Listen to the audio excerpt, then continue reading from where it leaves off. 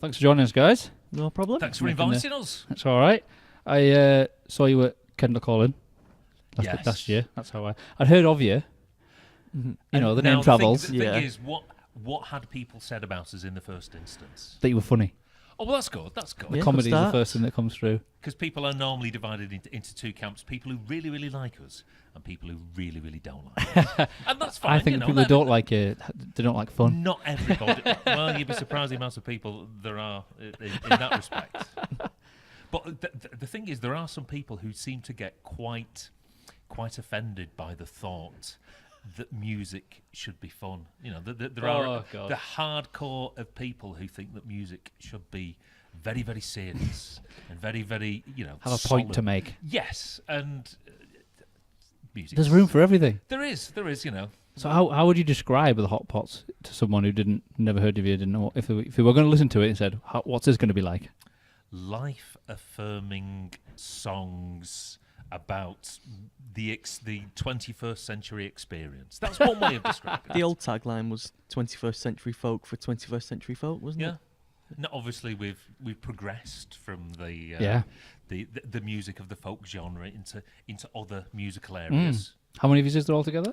Well, there's 5, occasionally 6 now. It gets very confusing. Ron is our 6th member, and he's sort of he's a fairly permanent member of the team. Yeah, he seems to be lingering around. What does he do? He does. He's electric guitar. You see, not normally associated with a. Is that a more recent folk. addition then? Yeah. He's sort of been with us on and off for the past 2 years. Really. Yeah, there's quite a few songs that we've been doing in the studio that had electric guitar on, and then we wanted to kind of recreate that in That sound the on live stage. environment. So we said, yeah, come on board. So when was the original lineup of the Hotpots? The original lineup. Well, we actually started off as, believe it or not, as a 3-piece, and I had the idea for the Hotpots May 2006, but we didn't really get to do anything with it till December 2006. Oh, what was the idea? What was the idea is I was on the toilet. Where all the best ideas come from. yeah, the office. It's true, but it is true though. It's those I don't know what you necessarily call it, but those times when you're not actually thinking about anything and those great ideas rise Thinking to the time. surface. So being in the shower as well sometimes helps. Yeah, a lot. shower's a good one. It's like the white noise. But it's one of the few times where you're not doing anything else. Yeah, that's it. And In today's world, that's rare. Yeah, something pops to the surface, and I had the idea popped of off, plopped. well, Sorry. I you think they're writing a song right here. onomatopoeic. No, it's. I just had the idea of what would happen if you had a long-established Lancashire folk act, who, over the course of many years and sort of members changing, the lineup changing, and it being sort of quite a young band.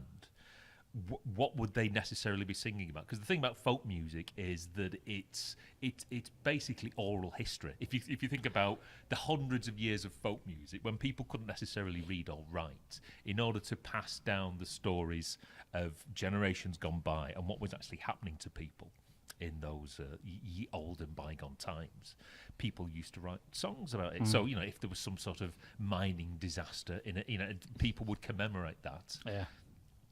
In a song, and that will get passed down from generation to generation, so that sort of thing won't be forgotten. So people really folk songs have always been written about the times that people are in when they're writing them, but what's probably not necessarily progressed is that, I'm not necessarily saying folk is a regressive, reflectively backward-looking sort of genre, but traditional music tends to rely on stuff that's happened in the past.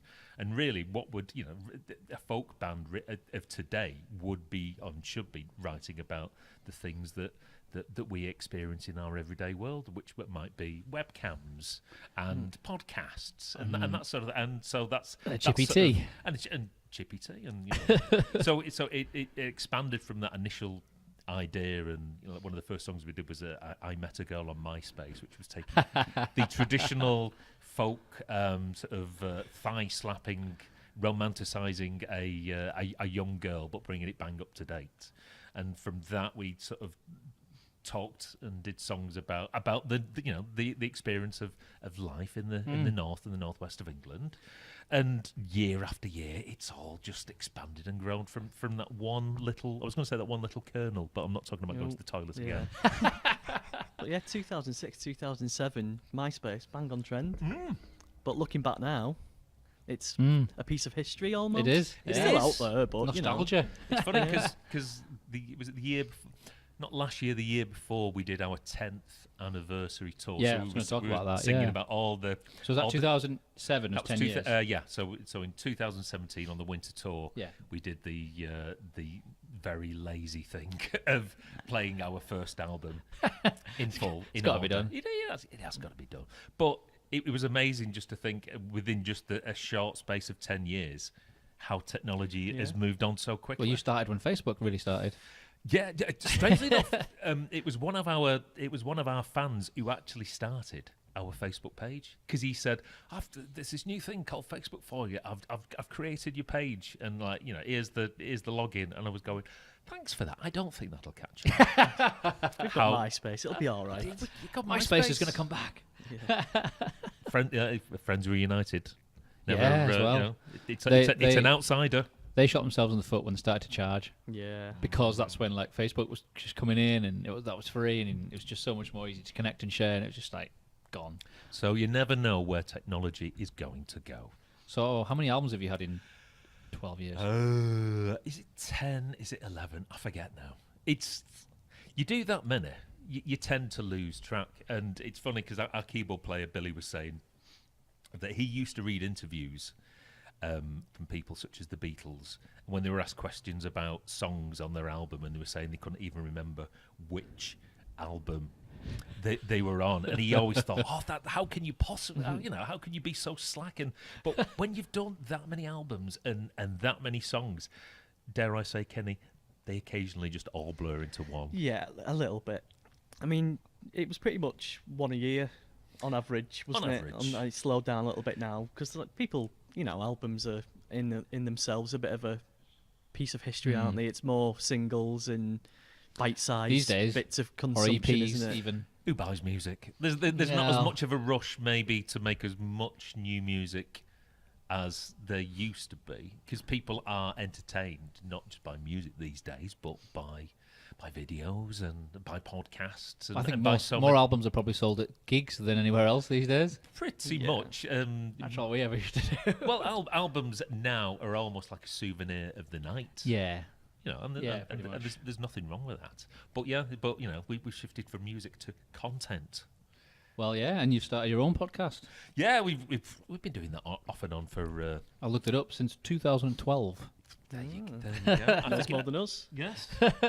Again, people who are more well researched about our own lives. Good idea, though. You do like a monthly sort of recap, then, do you? We try to do a month in review, but I mean it's worth a listen. They're funny. I listened to the December one. Was funny. I think yours is going to be a hell of a lot more prepared and planned than ours is. Ours is pretty much off the cuff. We tend to have a loose. Well, that's your whole ethos of your band, though, is it not?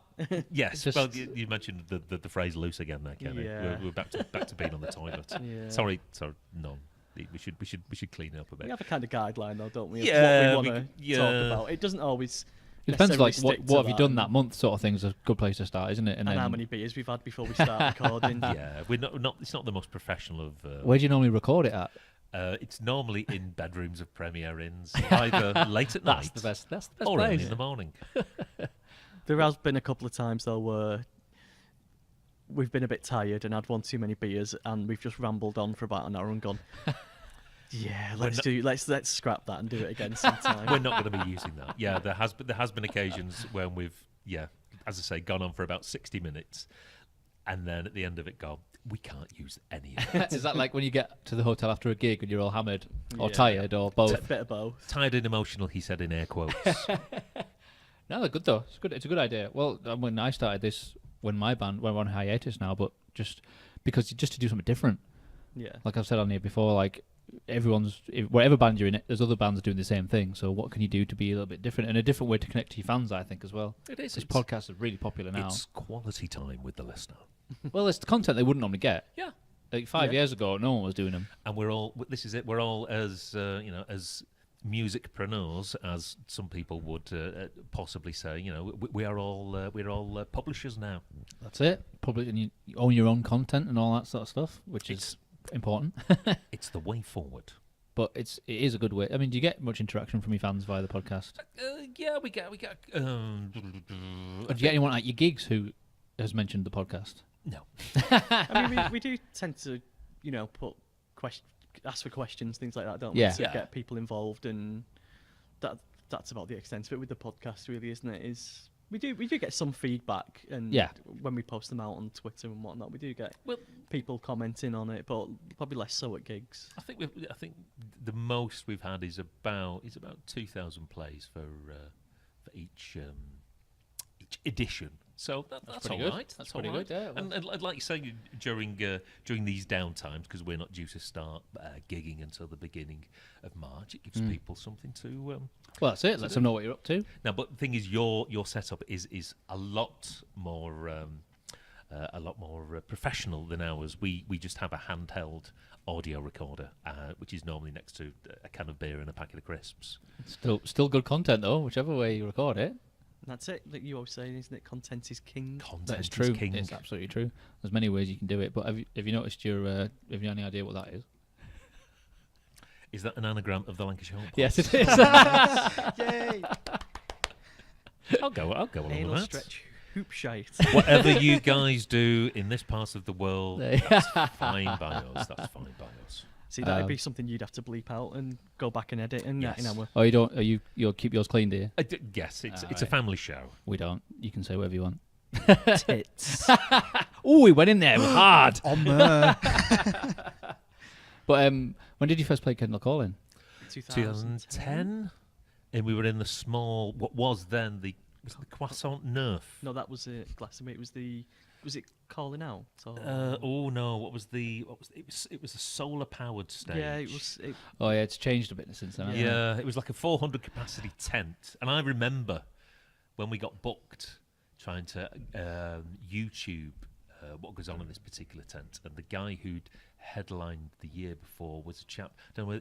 He's not really done a lot since. Frank Turner. Right. So I just went, oh well, this looks good. This looks like a nice sort of size, and so we packed that one out for the first year, and then we got promoted to the main stage where we stayed for a few years, and then had a year off, didn't we? In 2013. And then they put us on in the Woodland stage where it was. No, we went back to the main stage. Then they bumped us back down, and then back up. And we've been. It's the full Kendall Calling chronology. We've been there every year since 2010, except for 2013. But I went as a punter anyway, just to keep up the tradition of being there every year. And last year you opened the main stage on the Sunday. Yeah. Yes. And it was pouring rain, but it was absolutely packed. Still. It was. I was looking at the lean forwards, lean backwards video, and you can see me and a few of my friends at the top, at the back. Right. It's really good footage. That the festival do all that. Oh no, we did it. We do all that. There's multi-camera content. You see, content. It's really good. So did you get a copy from the mixing desk sort of thing? The sound. Yes, it's a mixture of the locked-off camera at the back of the field, which is where you were, and just a straight feed from the sound desk, which is blended in. That's good. It sounds really good. Yeah, it's pretty good. But yeah, like you say, content. It's so if we're a band and we're trying to plug our wares in like Newcastle and Sheffield, maybe to people who've never heard of us before, what better thing to do than to invest in a bit of footage showing us at our best on a big stage like that? Yeah, it's really good. We're dead clever, us. Dead clever. He says us. It's all him. He's the brains. Are you the leader, the manager of the band? Yeah, pretty much. We call him Dad because he looks after us. Now Bernard, the bearded otter that is the lead singer, he's the sort of the front man, but Mr. Thresher. He's in no way the sort of well, our producer John refers to him as the heart of the operation, but I'm the brains, you'll say. I see. He's more like the face. He is the face. The voice. And the rest of us are just the necessary evil. Necessary cogs. You're the muscle, Kenny. Yeah. You're the muscle. Wouldn't work without you, though. That's it. At the moment, no. As technology progresses, we may get replaced. Yes. I don't know. I keep threatening them. They can all be replaced by an app one day. Or a robot. Yeah. But you're the main songwriter then? Yes. You have been since the beginning? For my sins, yes. Bernard throws in the odd one every now and again. But lyrically, then you do the lyrics as well. Yeah, for my sins. Yes. Do many of those contribute on lyrically at all, or is it just mainly you? It's mainly me. I thought maybe Bernard, No, being a singer, would sort of. You'd think that, wouldn't you? No, what? No, I actually tell a lie. What sometimes happens is we've got myself and Bernard have got like a WhatsApp thread, Right. and it's called Lynn Idea for a Song, based on the Alan Partridge dictaphone. Brilliant. Lynn Idea for a television Got an show. idea for a song. So it's a place for either of us just to record ideas as we go about. Again, though, those things that rise to the surface. Yep. You don't forget them. I put something in there on Sunday night, again, just so I wouldn't forget, and it just says, Olivia Colman is in everything. Now, that could just be one of those observations. Now, that could get turned into a song. But Well, looking at some of your previous song titles, it could easily be a song, one of your songs. Or it might just end up being a line in a song. Or it might end up being a line in a song, but it's there for posterity. And Bernard is then free. If he gets that, he can throw things to me. I can throw things back. So it's perhaps a little unfair for me to say that I do all the sort of songwriting.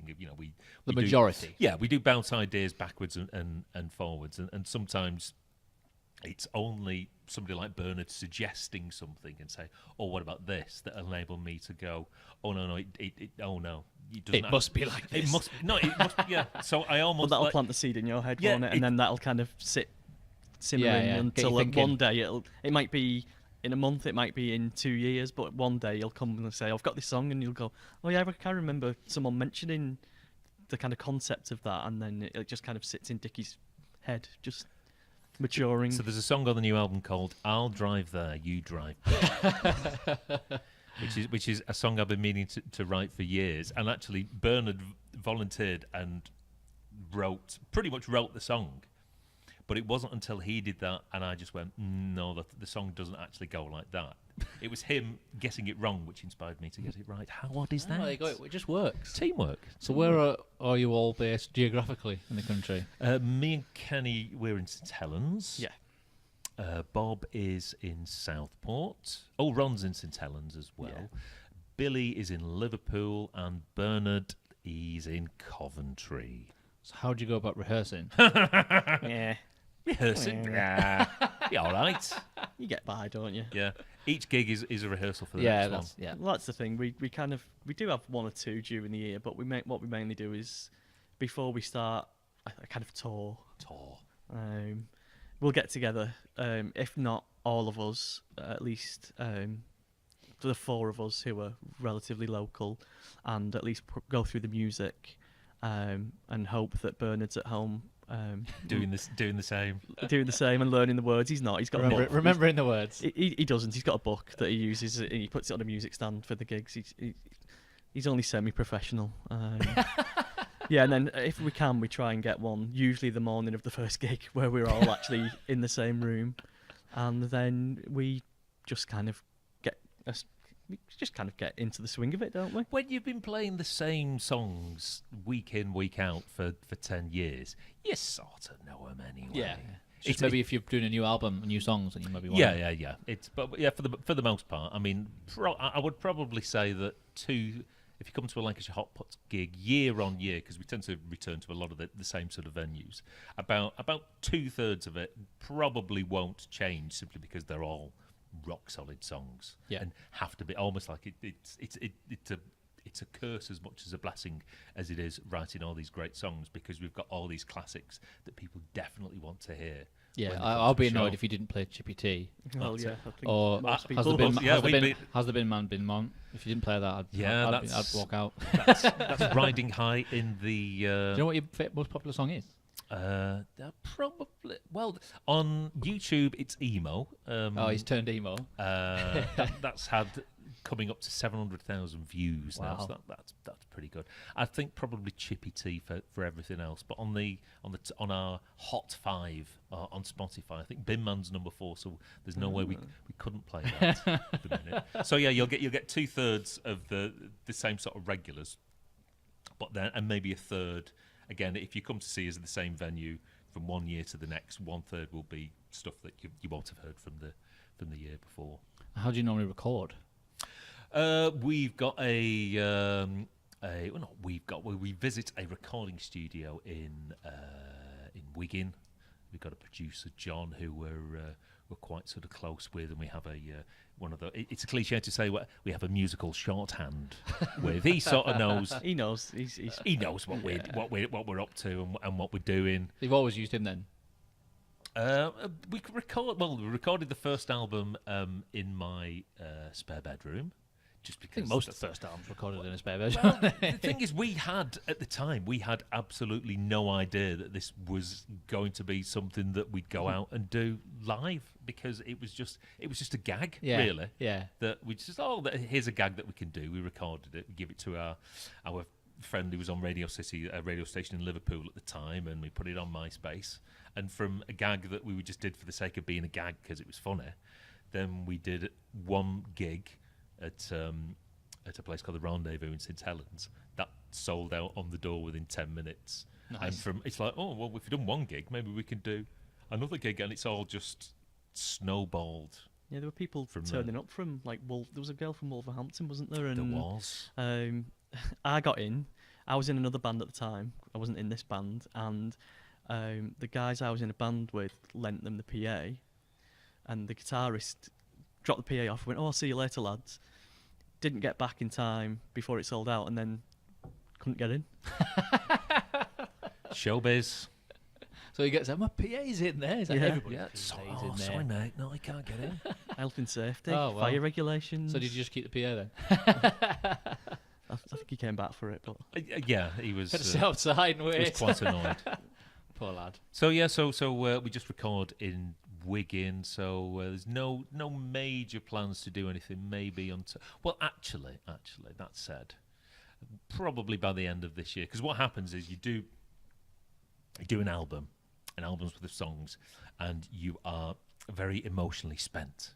You think there's no way I can possibly ever write another song ever again. That's it. I've had it. I've done with songwriting now. There's no way that a song could ever come out of my body. And after we wrapped up the last album, I think in April of last year. So it's maybe coming up to sort of 12 months. And what happens is you start getting a little itch. And it's just little ideas pop into little your ideas head pop. Yeah. So we will probably start formulating ideas over the summer, maybe have a few Tuesday evenings where we bash a few ideas out, and maybe start recording stuff cumulatively for the next album, maybe October, November this year. That's the other thing, isn't it? It's fitting it in not only around logistics of where we're all based, but we've all got day jobs. Yeah, that's what I was going to say. Yeah, it's difficult to organise. We've only got limited time around gigs. We pretty much gig most weekends, a good majority of weekends through the year. So a lot of the time when we do record, it's the odd weekend where we might be free from gigging, or what we tend to do is when we've got gigs up in the northwest, so Bernard's up our way anyway, try and get the daytime before a gig on a Saturday, and then going on the Sunday as well, while we're all together anyway. Makes sense. Our producer John refers to us as a full-time band on part-time hours. So on a Saturday, what will happen is 10 o'clock in the morning, we'll rock up to the recording studio, record from 10 until 3, and then head off to somewhere like Leeds.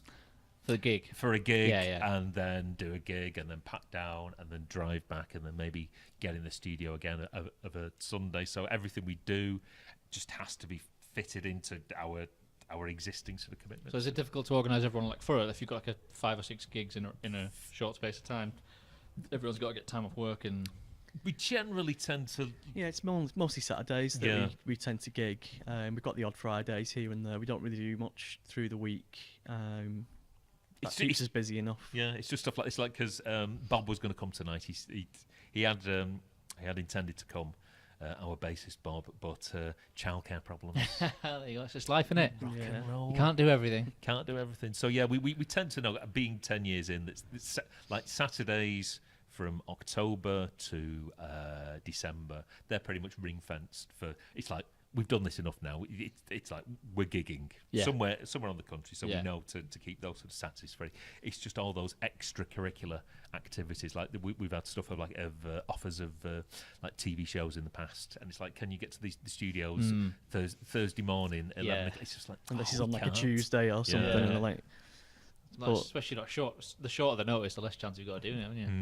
I think the best example of how crazy it can get at times is, do you remember that time where we were on a radio station at 7 o'clock in the morning in Preston to do the breakfast, and then we had to get back to Wigan to go in the studio, but then some of us had to get back to Preston because we were doing the half time at Preston North End to then get back to the studio and do a bit more, and then we went and had a gig on the night. What a day! That was pretty crazy. That was a bit back and forwards. An extreme Hotpots day, but it just, and if we were in a band and we weren't doing things like that, and we were just twiddling our thumbs, and we were going to gigs where no one was coming, and we weren't necessarily doing anything, we'd only be annoyed with ourselves. Yeah. So, who came up with the name Lancashire Hotpots? Who do you think? I'm surprised that there was no other band called that. Well, we were either going to be called the Lancashire Hotpots or the Bolton Weavers in honour of the Horton Weavers, but I can't imagine us being called anything other than the Lancashire Hotpots now. It just seems to, but it does have that double meaning of Hotpots, as in ooh. I saw online somewhere someone said that you were like a musical version of Peter Kay. That's a good enough similar that's a good comedic themes in some of your songs. Drawing from the same well, as it were. Yeah, which is not a bad. It's not a bad place to be, is it? One way of describing what we do is it's the same sort of observational comedy. Yeah. So it's looking at in life song form through a particular lens. It's just that lots of people can relate to. Yes. So, what's your plan for this year? I think you've got festivals already booked in and all that, have you? Couple of festivals booked in, still trying to get a few more. We've got 3 mini tours. The Highway to Hull tour goes from March to May. Then the Love tour goes from May to July. And then the as yet unnamed winter tour will be October to December. We've got a single coming out, which is a storming remix of one of the tracks from the last album. That'll be out the first Friday in February. Not long. Not long, yes. We're doing the video. Well, we're doing bits of the video for that next Tuesday. We can't do with Bernard because we won't have Bernard or Billy until the Saturday, but it's green screen and somehow we'll composite them all together so that people will be together. It's a bit like doing It's a bit like doing one of those Star Wars prequels. It's all against the green screen. Yeah. We'll just put people in. No one will be any the wiser. But if you look at our video for I Fear IKEA, you'll notice that Bernard and the rest of the band are never in the same shot at once. I did notice that. Yeah, that's because it was filmed over separate days. But that's just that's the only way we can do it. Got to do what you got to do. It's the only way we can do it. Did I see once that you were on a TV channel? One of your videos was on TV channel or something. 3 years ago. That now, Kenny. I don't know. We did too much TV on BBC Two. Oh, I can't remember. Yeah, I'm sure I saw something. Emo was got play on MTV2. Oh, that was it. Yeah, that's what I saw. MTV2. Is that even still going? No, they've got loads of different channels now, haven't they? MTV Bass and MTV Dance and MTV. Well, I was thinking today, whatever happened to the box? I think the box might still be on there somewhere. I've not got Sky. Oh, yeah. But do you sometimes have you do like parodies of other songs? No, we never do parodies because then you have to pay royalties. I was thinking that because you did the Don't Forget the Red Sauce. Oh, actually, well, no, I tell a lie. There was that one. Yes. Yeah, that's just kind of a live thing, though. I thought so, but that would make a really good song. I like the lyrics, but yeah. Have you ever looked into trying to do it? Because that is you could do that. I could tell from that one song that you could do that. I don't necessarily like parodies too much because I find they're a little bit lazy. Just taking an existing song and putting your own words to it. I can do a little better than that. You could do both. I could do both. It was good. It was a good song, that though. That reminds me, Kenny. I need to get round to writing a song to finish the set with. That's on my to-do list. Yeah. In fact, I've got a pen and a piece of paper. Right. Set closer. I need to get round to writing one. So do you have arguments over what order to play your songs? There was a bit of this on your podcast, I remember. Yeah, basically what happens is, about this time of year. In fact, yeah, January we tend to go for our AGM at the Manchester Beer and AGM. Cider Festival. No, what a great AGM that is. And then what we do is we just sit around and drink lots of beer, and we all suggest songs and we make notes of them, and then Dickie goes away and just does whatever he wants. No, that's not true. Mostly true. I'm a bit of a filter, I will say. But no, I think last year's spring tour was quite democratic. Yeah, he's getting a bit more Relaxed. relaxed Yeah. as he gets a bit older. be a and- little Loosening the bit grip a uptight. bit. Yeah. What is it about certain songs that you feel has to be? It's just because Well, you know that they work and you don't want to change them. Yeah, I would say that I've being the prime mover within the band, I do have a good internal barometer. I'm not saying I get it right all the time. Mostly gets it right. I mostly get it right all the time. Yeah. Not always, Not but always, but you know, there's a good percentage of the time that I feel as though things should be done in a certain way or in a certain fashion, and that's how I like things to be. And there's like a yes or a no box in my mind. Yeah. People will put things to me, and I go, well, we could do that. We could have that. That's another way to say song it now. in." or sometimes you just don't even get a reply. Like you've got like WhatsApp groups, and it's like you suggest something and then you wait, Now, and then you wait, and then it's funny because a lot of us are Queen fans, and the way things are at the moment with the bass player John Deacon, what happens is the rest of the band will throw suggestions over to bass player John, and if he doesn't reply, that means he's okay with it. If he's not okay with something, he will email back and say, "You're not doing that." But a non-reply It's like a weird barometer. counts as a yes. He's retired very much from the music industry, and I don't think he necessarily gets along with it. Although he does like the huge amounts of cash that come up to his drive each and every morning, especially after the Queen film. But yeah, that's how John Deacon operates. So maybe I operate in a similar fashion. I always think kind of the inverse, though, isn't it? When you ignore us, it's kind of no, we're not doing that. yeah, but it's a reverse. See, Mirror there's image. lots of cash to be made, but you guys have got to split it 17 ways. So, Yes. but I mean, so how many gigs? Do you know how many gigs you did last year? I don't generally tend to. You did quite a lot. Yeah, from what I it's can It's tell. about gigs and festivals. It's about 30. You roughly do the same every year. Yeah, roughly, because anymore, and the wives and the girlfriends, they get a little bit annoyed Yeah, they of deserve some attention. being absent. Do they go to many of your gigs? No.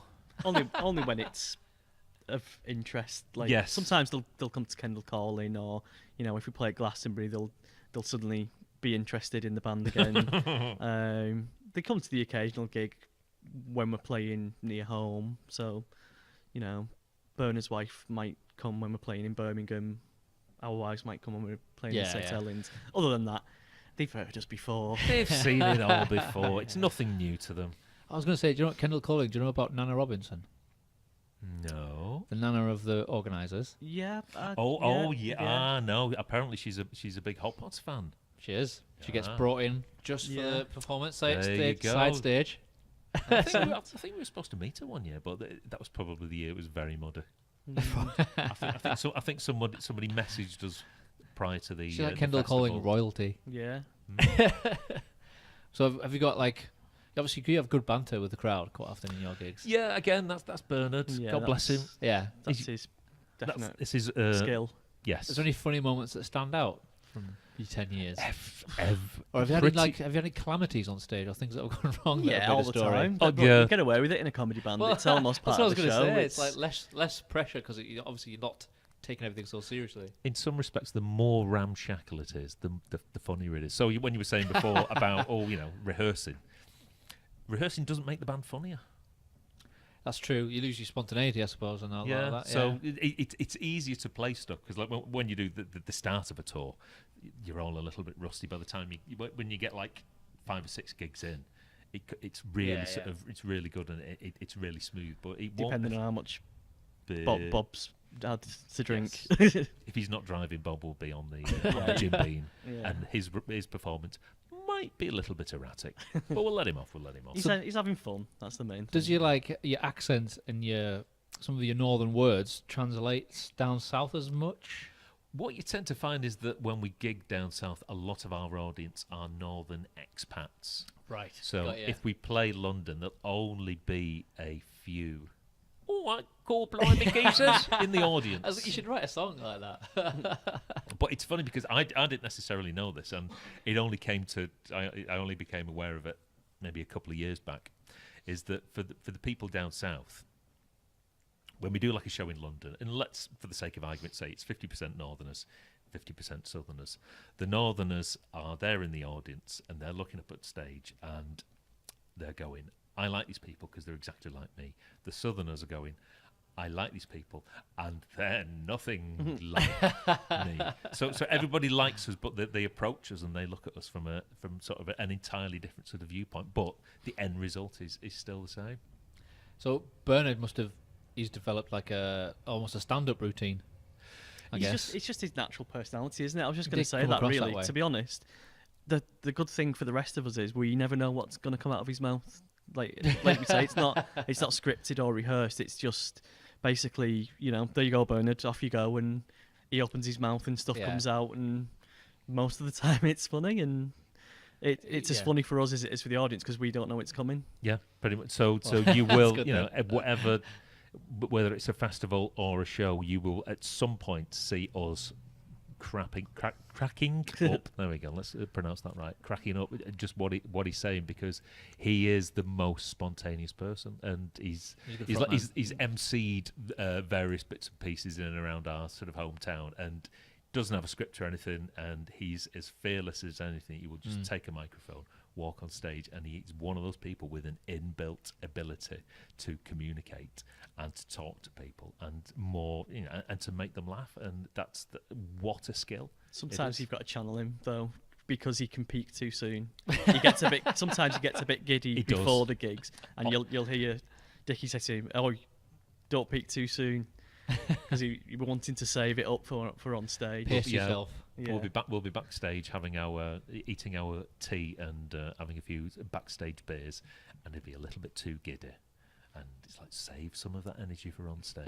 But if you were to meet him out and about, he's exactly the same. There are no airs and graces. That's the thing about all of us.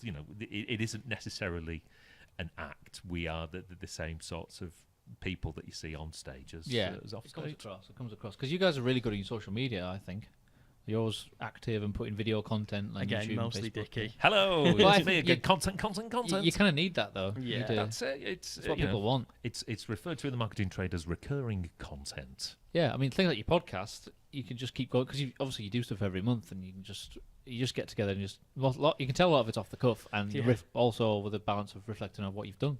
It just works. It's you've got to keep people engaged in this day and age. So Twitter's where I normally hang out. So right, that's your main place. That's my preferred social network.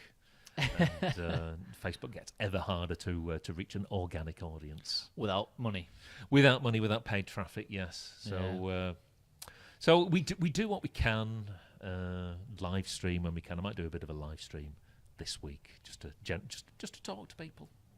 Yeah, and, it's always good. Again, good. just to keep them warm, because in this day and age we live in such a media-saturated world that people start forgetting very, very quickly. That is true. Yeah. It's like it's become more and more important. It's part of it now, isn't it? Well, it never used to exist. So 10 years ago, you wouldn't have any of this. No, and there are some bands who think that all this sort of content ruins their mystique, but it's not.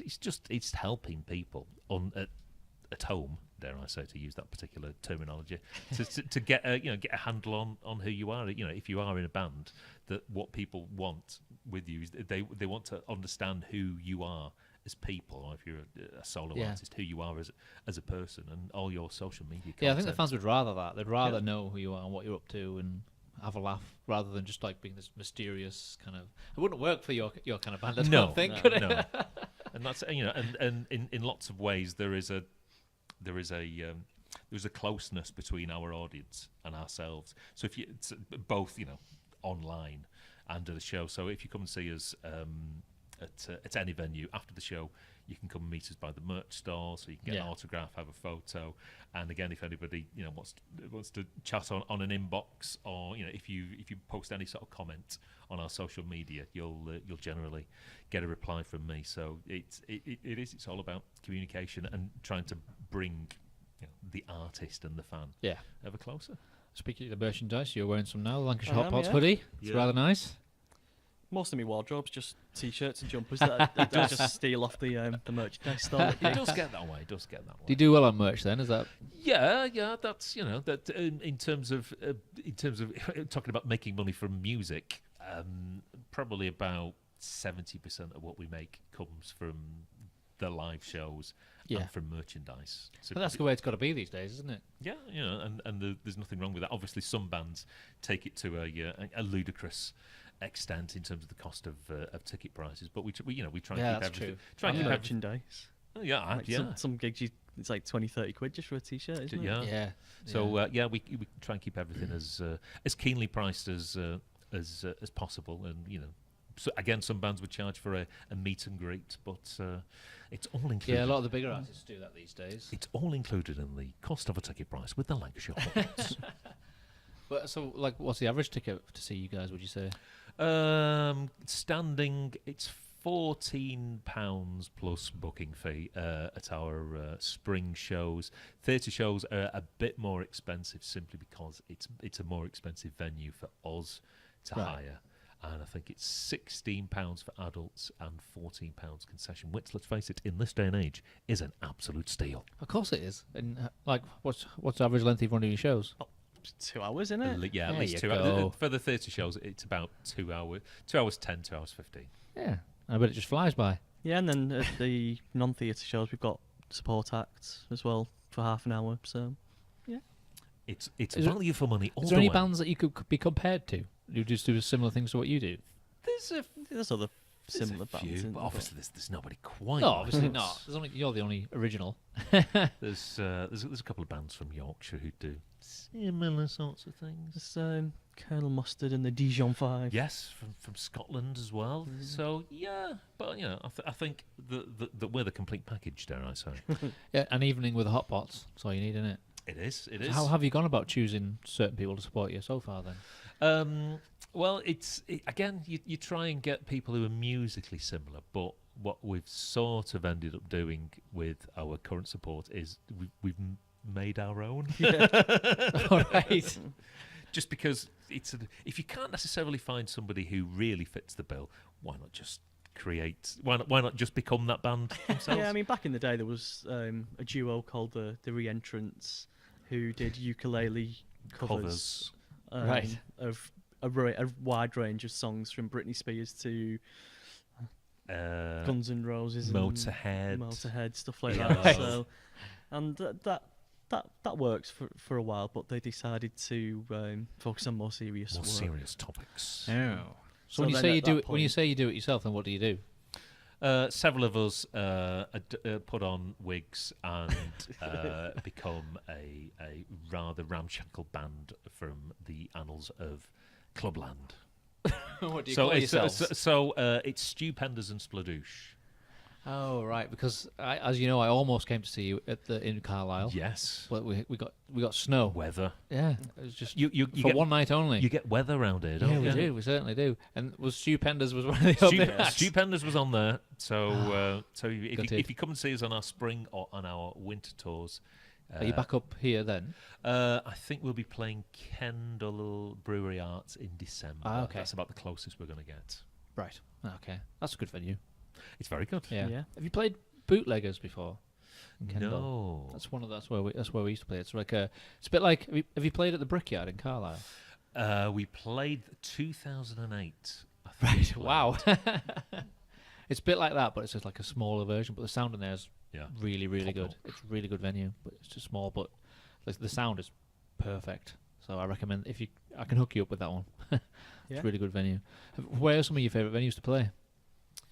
Manchester Academy's always good. That's good. We always have a good reception in Preston. We just played the Preston Guildhall in December to 900 people. That's a fair big size, isn't it? That was quite special. That was quite good. We played the 100 Club in London last year. That was very good.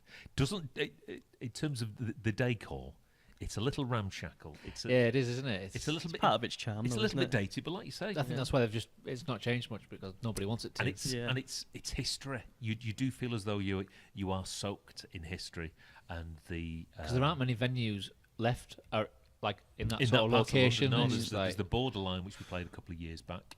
That was quite good. And can you remember the name of the sound guy, Kenny? No, you're asking me. I am like well known for being terrible with Memory names. man. I've upset quite a few people by forgetting names. It might have been Mark. It might have been Mark. That sounds familiar. Yeah, and he was just full of all these stories of all these, because there's lots of blues acts that still. I think there's a mini blues festival on at the moment. So there's these big high-profile acts that when they come to London, even though it's only a small place, they want to play the 100 Club. And everybody wants to play there. Yeah, I forget who was on stage, but he was saying that Sir Brian May from Queen, stood with him in the sound box because where the sound desk is, it's actually raised above the head height of the audience. So Brian May said, would you mind possibly if I came into the sound box with you just so I could get a better view? So he's mixing the gig there, and Brian May's stood next to him. So it really is that it's a venue that's so steeped in history. It is, isn't it? You get a little bit of the sense of that as you walk in. Was it well attended? He changed his shift to do the sound that night when he saw that we were on, which was nice. That's a compliment, isn't it? Yeah. It is. So was it well attended, that one? It was. But in fact, there's been a couple of times when we've played London, whereby people like in fact, it happened at the 100 Club. It happened at the Borderline, where the security staff come up to you after the gig and go, "Here, mate, that was absolutely brilliant. We get loads of bands in here and they're all rubbish." He said, "I've got a mate who works down the social club. He'd love a band like you. Can I give him your number?" I feel like I'm sat next to Dick Van Dyke rather than Dickie Ticker. I know. But when the actual staff of a venue come up to you after the show and compliment you, in the same way that you'd normally expect a fan to. We had that once at Workington. We played. I can't remember what the venue was, but the staff were all like agency staff. They were all like the big gym guys who looked like they were like the 90s dance music, and he just came up to me and went, "Don't really like your kind of music, but that was all right." I'll take that. Yeah, that's a good compliment. He's like this. He's like towering above me. I was like, "Thanks," but I suppose that's a good sign, isn't it? So, how far north have you played in Scotland? Done Glasgow a couple of times. We're trying to get a Glasgow or an Edinburgh date on our winter tour, but that's still TBC. Right. And again, it's sort of it's. In fact, we do. It's mostly Scottish people who more or less sort of get it. More or less. There's a bit of a confusion. There's still work to be done. But they must obviously appreciate a chippy tea and all that. You'd think so, yeah. But they do have very specific alternate names for things that are up to us, I suppose, don't they? And they do like deep frying things a lot. Yeah, they do, don't they? I'd love to try. I would love to try a deep fried pizza, which they call Pizza Crunch. That sounds interesting. That's what they refer to a deep fried pizza as. Yeah. So that's what we're doing about food next time we play in Scotland. Yeah, deep fried pizzas. There's a song in there somewhere. But yeah, I'd like to do Belfast as well. I wonder how we'd go down in Belfast. And people always, there's always a few people from the Isle of Man who say, "Oh, you need to come over." And it's like, as soon as we get a booking, as soon as somebody books us, then we will. If they listen to the music, or if they read the words, would they get it? There's only one way to find out. That's true. There was a lady who came watching us. Was she a radio presenter in China?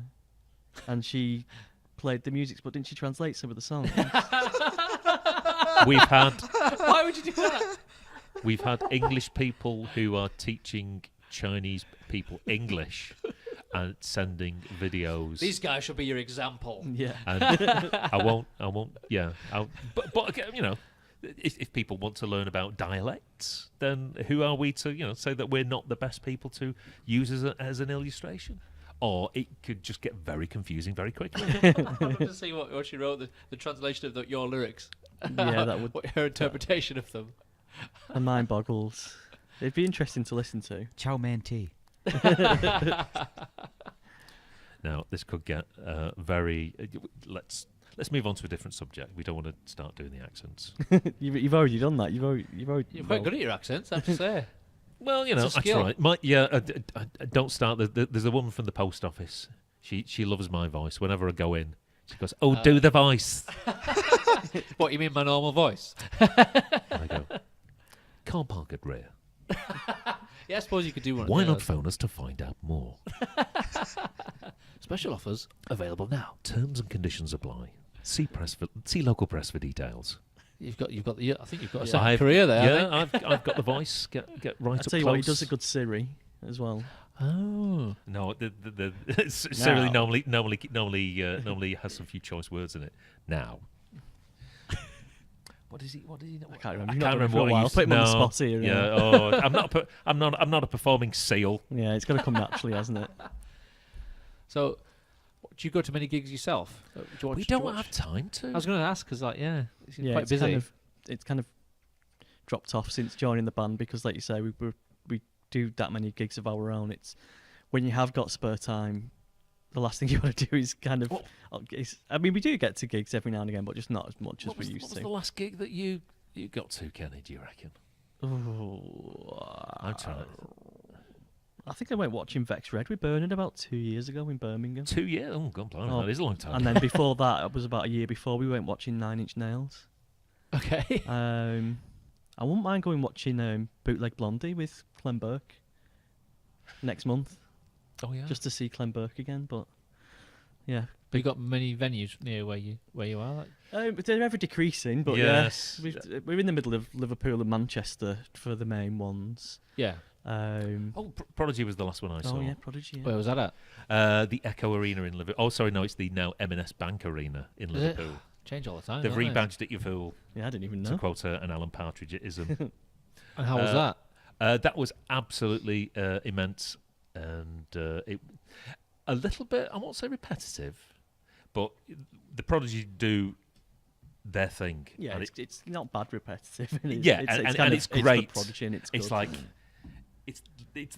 imagine putting your head inside a Dyson Airblade, and it's like that. It's like that for 2 hours. Now the thing is, the first hour is great, but then you start getting a bit of a headache. and I was watching it from a distance, so it was full on for 2 hours. But maybe they could have done a few ballads in the middle, and then gone back to the Firestarter. So are they doing new music, or are they just doing? Oh yeah, they've just had a new album out. Is it Time Bomb? The last, it's very good. Oh, I was going to say. Yes, because some bands are it's a bit hit and miss, isn't it? Yeah. The longer they go, it's a bit hit and miss sometimes. Yeah, and another album full of banging tunes. Well, that's the thing. They're not really changing the formula too much, but in a good way. So. Well, they're one of the pioneers of that kind of music. So yeah, a bit like AC/DC back in the day. No, I don't want them to change because they invented it. So just keep doing it. Well, that's it. Kind of thing. You know what you're getting, and if you like that, then it's fantastic. People pay a lot of money for it. You deviate from a successful formula at your peril.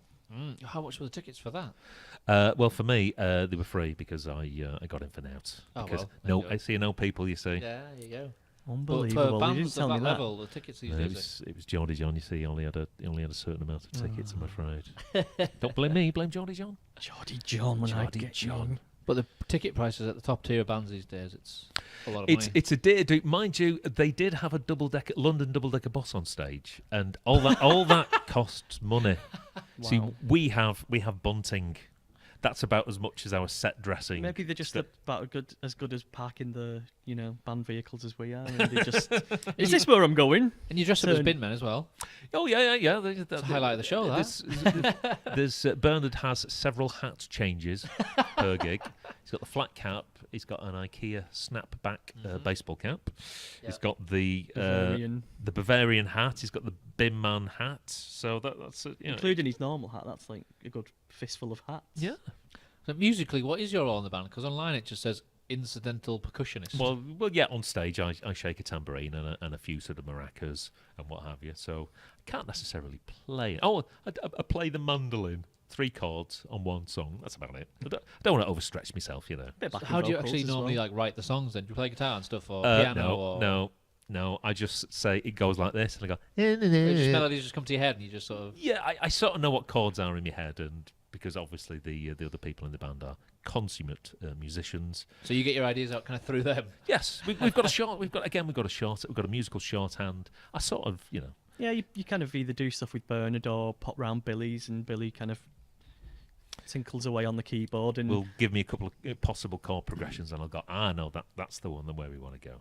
And then you get Dickie demos, which we all love. Dickie demos. Dickie demos. Oh, it's great. It's like literally from the majority of the songs out there's a Dickie demo where it's a kind of rough version with Dickie doing the lead vocals. That needs to come out as like a fan pack exclusive at some point. Yeah, we love him. The trouble is, there's sometimes that we will write a song in the rehearsal room without the aid of Bernard, the lead singer, who is 100 miles away in Coventry.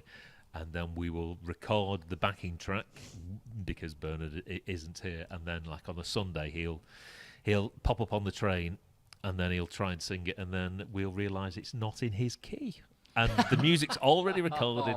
And there's We're getting nothing better at that, though. We are getting better. Bob tends to be a good gauge of whether it's right for Bernard, I think. And that's the thing. Like you say, you've got, in terms of the music, when Bernard's not there, you've still got Bob and Ron and Billy, who are all capable, and then I just come and kind of make things difficult by playing random time signatures inappropriately. But Bernard does have a default key. He's in the key of A. Right. A lot of our songs are in the key of A. It's a good key. It is a good key. Yeah, it is. It works. How many members apart from you are like from the original lineup? There's only 3 of us. So there's me, there's Bernard, and there's Bob. And really, in some respects, it's Bernard and Bob, lead singer and bass, that are sort of the nucleus. Because way back when, in the early 90s, they were in a rock band together. And then from that, they progressed, and the rock thing died. And I joined them, and we became an electronic 3-piece. Right. And we had a couple of musical comedy side projects. What were you called then? Our biggest one was a scooter tribute band called Moped, which had a little bit of fame with Chris Moyles on Radio 1. Scooter, what happened to him? I think they're still at it. They're still block rocking. Yeah. There's a great video on YouTube where Scooter do a traditional Christmas song, and they're performing on a TV show, and the Christmas tree self-combusts, and they all start raving. They start doing this like a Christmas ballad, and then it goes to 150 BPM German techno. Nice.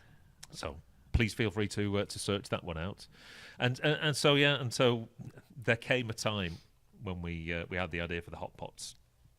Do we still try and do the serious electronic stuff and the comedy stuff together in parallel? And it only really lasted for about 2 months, and we just decided that really the more popular one is the comedy stuff, so let's just try that for a bit. Did it feel more natural as well, though? It's odd because I think if you're a musician, there's like a Venn diagram. The 3 circles are: what are you best at, what do you like doing, and what do people actually want from you? And the sweet spot is in the middle, where you like doing something, you're really good at it, and that's what people want from you. And it's a balance, isn't it? Yeah, so that's pretty much the Hotpots hit the sweet spot. So to be fair, Emmett, the kind of electronic band that you were in, that was really good. It was really good. It was really good, but it's like we were actually better at singing songs about chips. The breaks. That's what people want. So you've got to run with the ball. You've got to run with the ball. Who's Ken Wezzer? Ken Wezzer is our very secretive manager. He might not be his real name, but he's definitely a real person. I saw him today. So he's your actual manager? He's not our actual manager, but he is our promoter. But we use him as a figurehead. Basically, if anything goes wrong, we can blame him, and because he doesn't exist. Then okay, I got you. Yeah, but he does exist. He does exist, but he doesn't exist either A, under that name, or B, in that actual capacity. But it's good to have a it's good to have It's a a figure. buffer. It is very much a non-existent but still existent buffer. But yeah, he's an event promoter, so he books all our shows and gets us gigs, and he promotes he's got a business running his own gigs, but then I work for during the day. Ah, okay, right. So most of your offers would come via him. Yes. To you guys. So if anybody wants to book us, we'll go through him, and he'll ask for an enormous amount of money, filtering out the wheat from the to chaff. feed. Well, he has, and he's got commission to take. Yeah. So you ever turn much down? There's a lot we have to There's a turn lot, down. yeah, often on a daily basis. You get a lot of people who are quite passionate about us playing at weddings and whatnot, 40th birthday parties, and we just can't do it. We've not got enough time to do a lot of the gigs that we do. It's a stretch at the minute. Yeah. Just to do Although what we weddings do pay a lot of money. do. Yeah, Yeah, but at the same time, what you find is the people who have booked you will have a great time and really enjoy it, but the rest of the people there will probably just be kind of chatting away and not really. I suppose so. Yeah. it's a bit. You're like, not the focal point when you're at something like that. No. Yeah. Unless you're a covers band at a wedding, you're probably going to struggle. We've done some corporates as well, and what happens is we do the corporate, and the person who books us says, "Yo, you'll go down absolutely brilliantly," and like Kenny says, "Everybody will love you," and they love us, but the rest of the people in the room really aren't that bothered. And we did it was a couple of years ago. We did a corporate in Manchester, and we only did it because it was really well paid, and that did sweeten the it's but at the bitter same pill. time, we do it because we enjoy it, and you're not always going to enjoy gigs like that. No, not And always. like I said earlier, a lot of the time we don't know what's going to happen at a gig, and it's the kind of dynamics between what we're doing on stage and what Bernard's saying and the reaction we're getting from the crowd. And if you're not getting a reaction from the crowd, Kind of tells you everything you need to know. yeah, doesn't it? but I Yeah. mean, to be fair, Bernard, like we say, he is really good and he can work most crowds. But there's a limit of how far that's going to work with people who really aren't that bothered about watching you. So, we tend not to bother these days, even if they do pay well, because we just struggle with time and. You're pushed as it is, aren't you? Not, yeah, it's not that fun. So it's not all about the money. The No. money's nice, but we've got to enjoy it because it does take up a lot of our time, which is quite limited. And what I'm going to do is I'm going to clip that particular piece of audio of you saying it's not all about the money, just so I can pop I'll it out. send it to you. Yes, Don't. got you now. Yeah, but yeah, it's we need to have. And again, anybody who watches us, they can see us having an absolute riot of a time. And if it's not fun for us, then ultimately that's not going to. It'll come across, won't it? to the audience. So have you had any other weird opportunities that you've either had or had to turn down? We or had one guy asking how much it costs to go out to America. Yeah, to play Florida, but that was just too much of a logistical sort of hassle. We've had I don't know about other than that. We, like I said, we get a lot of weddings, parties, things like that. Function rooms, and some people get really quite insistent. Oh, you've got to play our wedding. Well, we can't. Oh, but you've got to. we start pulling out a shotgun. Yeah, you must. Some people get really. they do get quite. Which is kind of a compliment, Yeah. but freaky at the same time. Like when you're coming out and meeting people after gigs, and you've just got people who would like insistent on you playing their wedding or the friend's wedding, and you politely trying to say, we don't really do that kind of thing. Yeah. Oh, but you'll do it for us. No. Someone who I don't know and I've only just met. Yeah, for you, I'll do anything. How much will it? It's not about the money, and it's like some people really do get insistent, and then they don't take no for an answer, and then they're on Twitter the next day asking you again. And so I think that's the extent of it. I don't. Other than that, we've had a few weird ones. We did do the police and crime commissioner thing when that was.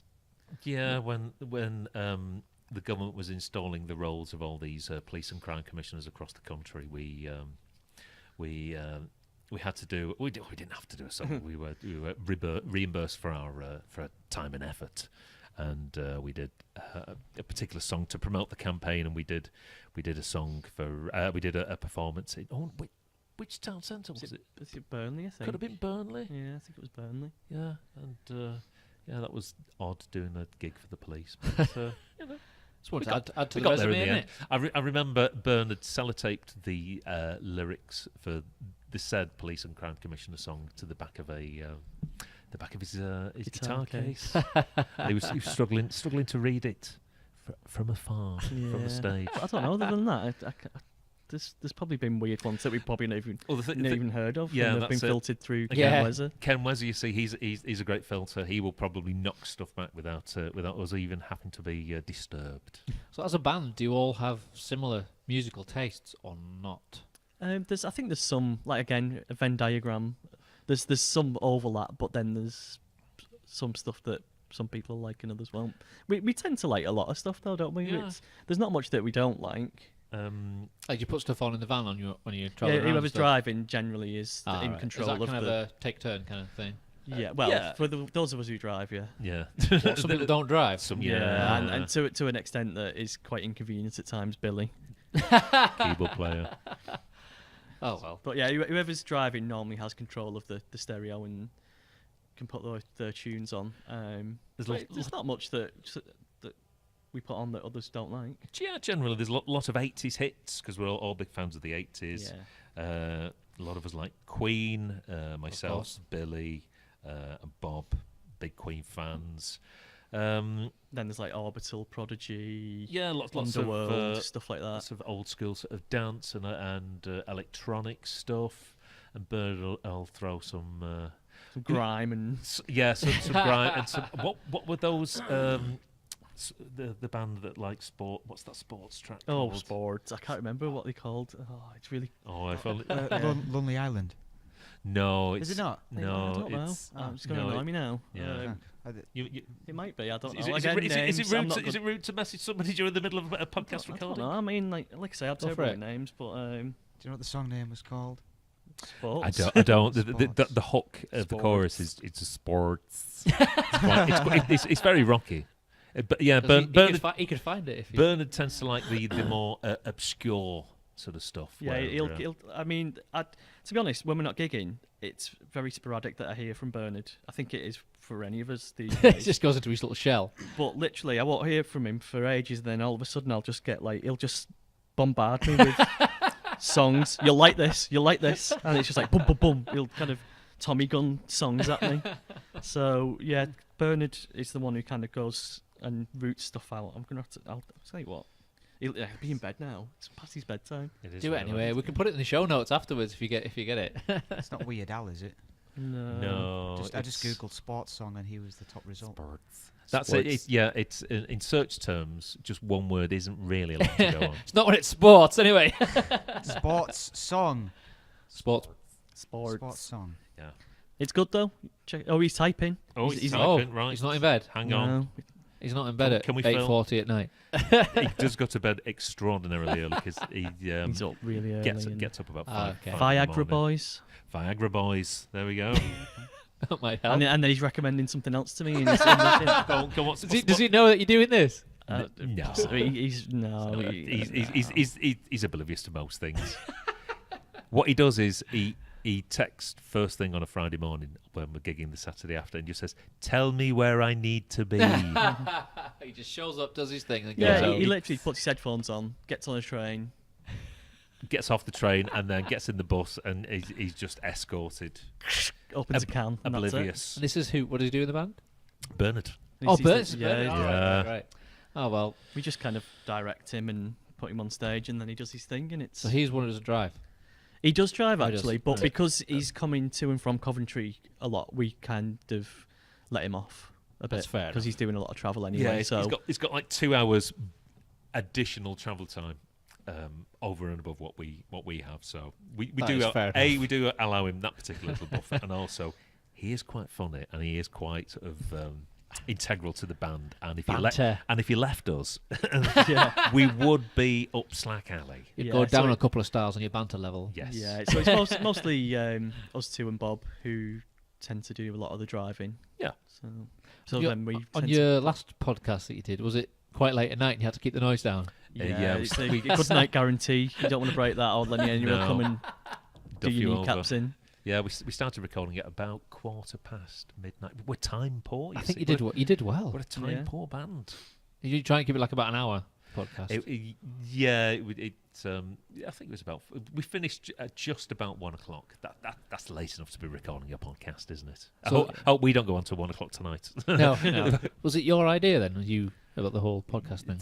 Yeah. Do you listen to podcasts? Everything's. What podcasts don't I listen to? Well, that's the thing. A lot of the time, especially coming home from gigs on a Sunday when we've had a stopover, and you don't necessarily want to be getting like the Prodigy blown at you. What Dickie tends to do is put podcasts on or.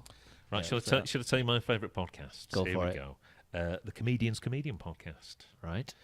run by Stuart Goldsmith. Very good. It's always one of the critics' high choices. Christopher Kimball's Milk Street Radio. Now he's American, and he does it's like a cookery lifestyle thing. Okay. Gary V audio experience. Any Gary V fans in? No. Okay. Kermode and Mayo's film review podcast. Obviously, Kermode on film. Couple of marketing podcasts. Perpetual Traffic, anyone? No. We'll listen to this on the way home, Kenny. Talk House podcast. It's Gone from the Prodigy to. it's a music one. It's got Vince Clarke with Orbital. That's He sold it. He amazing. sold it. Wowzers me trousers. The I love Vince Bugle Clarke. and Clinton Baptiste's Paranormal podcast. There you go. He's, Mixed bag. a very broad church, shall we say? Yeah, I love. Don't listen to music.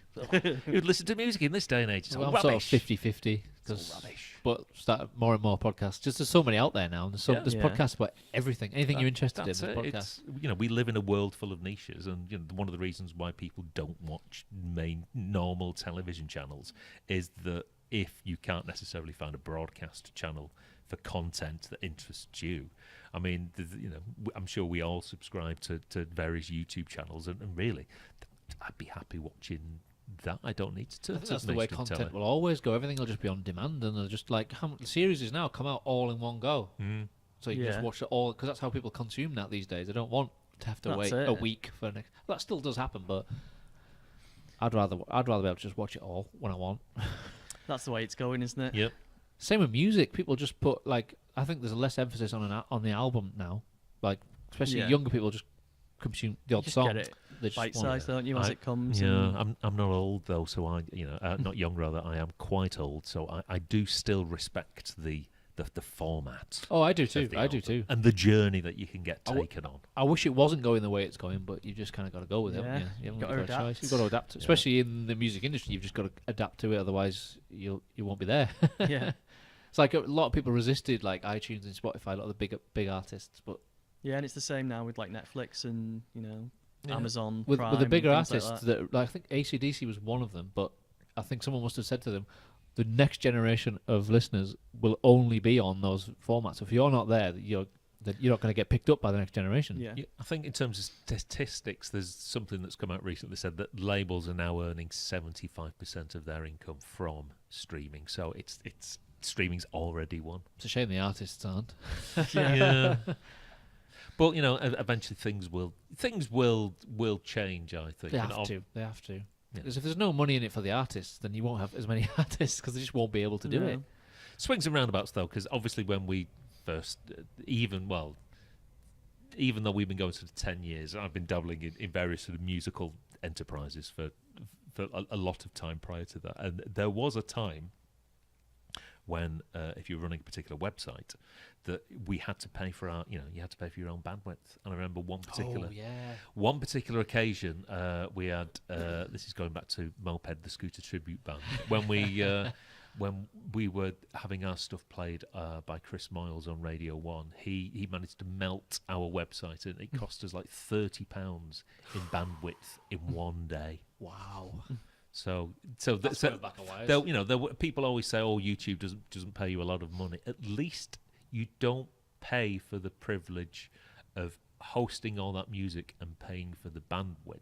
That is true. Your 1080p videos. You still can't complain because No, you and can it's put in all a your content up there for free. Well, exactly. It's in a location that people are aware of, that it's available to them.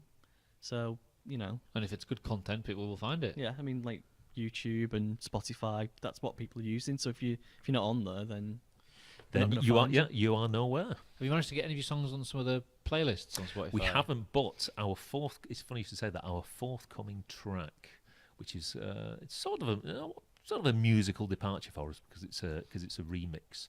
I don't know whether you know that you can now apply yourself through your artists. Quite boring, this, listeners. Through your Artists for Spotify account, you can self-submit that track for official Spotify playlist consideration. Oh, I see. Right, yeah. And if it gets picked up, it gets put on there. And apparently, so few people do that. Statistically, you stand a 1 in 10 chance of getting it on an official Spotify playlist. And those are good odds. Yeah. Let's just hope there's a playlist for your kind of music. Yeah, that's sort of where we occasionally fall between the they might create a new genre for you. Yeah, it's funny because you have to dictate what mood your music evokes. So it's funny, but if you are in a band in this day and age, really you need to think, what mood does my music or my songs evoke? Because if you look at the official Spotify playlists and the like, there's so many that's based on music, on moods and music for concentration. So really, you should be necessarily, when you sit down with a guitar or a keyboard or whatever, you've got to think, right, what mood is this going to, what response is going to be provoked from the listener when they hear it, and write for those particular sort of categories. In some respects, musical genres are maybe slightly redundant in a way, and we should. You've got to be careful not to write for other people, though. Oh no! You need to write for other people. Sometimes the other side of the coin is to just write something and then work out what is it, what emotion is this evoking, or how is this making someone feel, I suppose. Yeah, it is a double-edged sword, but like you say, what we've got sort of the ideal Hotpots fan. We have. How old are they? They are actually they're aged between 25 and 35, so technically they're 30. Right. They're from Wigan. They are male. They like beer, sports, films, and a bit of sci-fi. Statistically, from all the Facebook insights and all the Twitter insights and all those other demographics that you can get from all those, that's what is that's the typical Hotpots fan if you were to assemble them from Lego. Have you had much exposure then in Lancashire from like radio and stuff like that, or a little bit of back in the day? But what we tend to find is that most normal mainstream channels, they're not that bothered. But then again, it's they're not really that bothered about anybody, really. They have such a narrow, strict playlist, and it's hard for anyone, not just ourselves, to get on there. So it was almost a decision for ourselves, for the most part, just to ignore the press. There are like a few that have been good to us and showing an interest. I think of late the person who's the station that's given us the most sort of exposure is Six Music.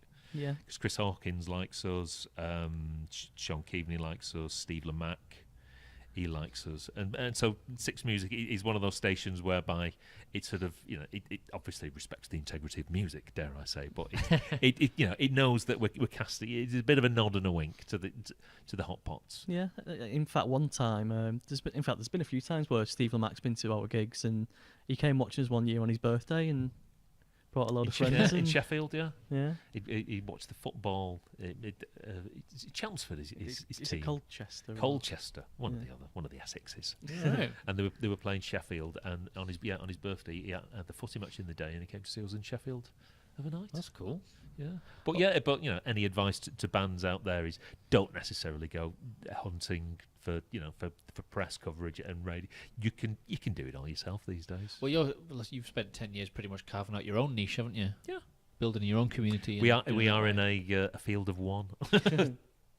But when we play Kendal Calling, we're in a field of 12,000. So even though we are a niche band, being niche doesn't necessarily mean that you have to be small. Well, I think festivals like that's a good way for you guys to get exposure, because that's when you get people from all over who are going to be sat right in front of you for the whole show. And it is hard to get on festivals because people go, "Oh, why don't you play Glastonbury?" And it's like, it's not just a case of us, just ringing, getting the phone. They don't still have phone books, but go with us, listeners. Go into the phone book and going, right, Evis, right, okay, Mike, How you doing, mate? Listen, can I... sorry, I don't know why I haven't gone cockney. Can I possibly play your festival? I always say that playing a festival, it's a bit like dating.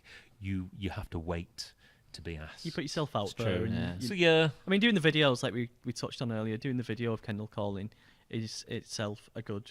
It's an advertisement for yourself, Yeah, isn't to it? kind of show what we can do it and give to festival organisers Yeah. and festival crowds. So, You just you got to know, stick it's- at it, and Yeah. opportunities come your way eventually, don't they? yeah, and I think Kendall Calling's a funny one. I mean, with festivals, you tend not to really get bands on more than once every few years, if that. They might Yeah, just play yeah. a festival once and Yeah. then that's it. So, I I think mean, they we've should have been you quite every year, lucky. Yeah, but there's been a few festivals where we've been quite lucky, and then, they've asked us back.